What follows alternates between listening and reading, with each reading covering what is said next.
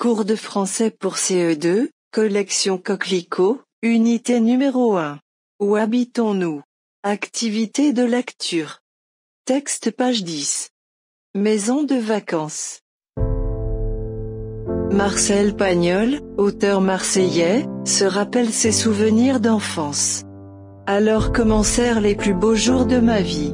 La maison s'appelait la Bastide-Neuve. Mais elle était neuve depuis bien longtemps. C'était une ancienne ferme en ruine, restaurée 30 ans plus tôt par un monsieur de la ville, qui vendait des toiles de tente, des serpillères et des balais. Mais la maison avait l'air d'une villa. Et il y avait l'eau à la pile. C'est-à-dire que l'audacieux marchand de balais avait fait construire une grande citerne, accolée au dos du bâtiment, aussi large et presque aussi haute que lui. Il suffisait d'ouvrir un robinet de cuivre placé au-dessus de l'évier, pour voir couler une eau limpide et fraîche. Il y avait aussi au rez-de-chaussée, une immense salle à manger, qui avait bien 5 mètres sur 4, et que décorait grandement une petite cheminée en marbre véritable. Un escalier qui faisait un coude, menait aux 4 chambres du premier étage. Le jardin n'était rien d'autre qu'un très vieux verger abandonné, et clôturé par un grillage de poulailler, dont la rouille du temps avait rongé la meilleure part. Mais l'appellation de jardin confirmait celle de villa. Maison de vacances. Marcel Pagnol, auteur marseillais, se rappelle ses souvenirs d'enfance. Alors commencèrent les plus beaux jours de ma vie. La maison s'appelait la Bastide-Neuve.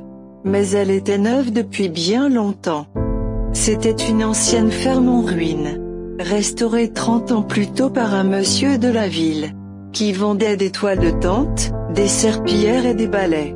Mais la maison avait l'air d'une villa. Et il y avait l'eau à la pile.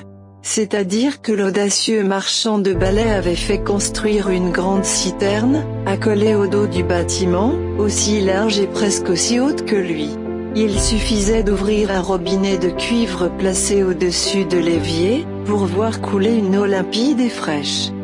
Il y avait aussi au rez-de-chaussée, une immense salle à manger, qui avait bien 5 mètres sur 4, et que décorait grandement une petite cheminée en marbre véritable.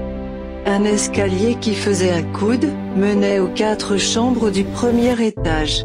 Le jardin n'était rien d'autre qu'un très vieux verger abandonné, et clôturé par un grillage de poulailler, dont la rouille du temps avait rongé la meilleure part.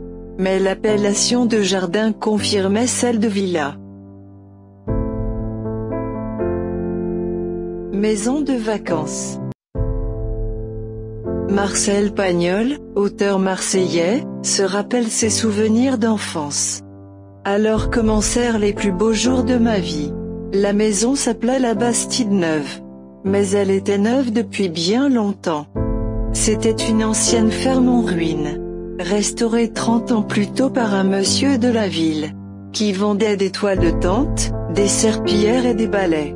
Mais la maison avait l'air d'une villa. Et il y avait l'eau à la pile. C'est-à-dire que l'audacieux marchand de balais avait fait construire une grande citerne, accolée au dos du bâtiment, aussi large et presque aussi haute que lui.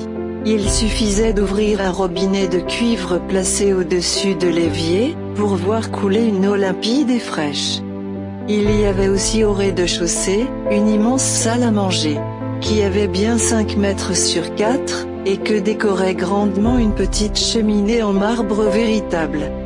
Un escalier qui faisait un coude, menait aux 4 chambres du premier étage. Le jardin n'était rien d'autre qu'un très vieux verger abandonné, et clôturé par un grillage de poulailler, dont la rouille du temps avait rongé la meilleure part. Mais l'appellation de jardin confirmait celle de villa.